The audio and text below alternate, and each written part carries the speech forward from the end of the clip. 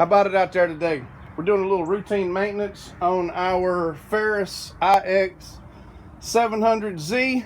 It's got the Kawasaki FX691V. It's a 23 horsepower, 2-cylinder. It's kind of a new thing to me. These newer models take the 10W30. If you're not sure about any of this stuff, get your manual. If you don't have a manual, you can always YouTube it. And actually the guys at the parts store pretty much tell you the same thing. They'll help you out. They're actually glad to help you because they're taking your money, right? Anyway, generally about 1.5 quarts. Make sure you use your oil pan, stuff like that. You've got this little tube for the drain. It's a 16 millimeter on an 18 millimeter. Break that loose, run it through. If you're not sure, again, as I said, how much to put in, you can always use the dipstick. When you get down to the filter here, this little fella here, I recommend using an oil filter plier to remove, because get your hand stuck down in there, it kind of tears you up.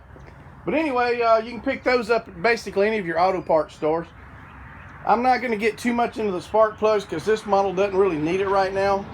But your plugs are right here by your overhead valves on each side of the motor. Again, like I said, it's a 2-cylinder.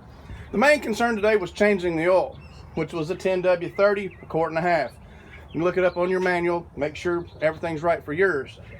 I got under here checking my blades.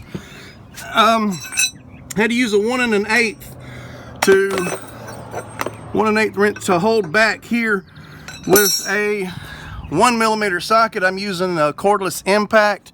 Pretty much helps out tremendously. When you get under here, make sure you pull out all your trash and garbage. You want to keep that as clean as possible. Keeps the blades from warping and, you know, cutting one-sided. I've already pulled these two down and got them sharpened, so they're pretty much ready to go.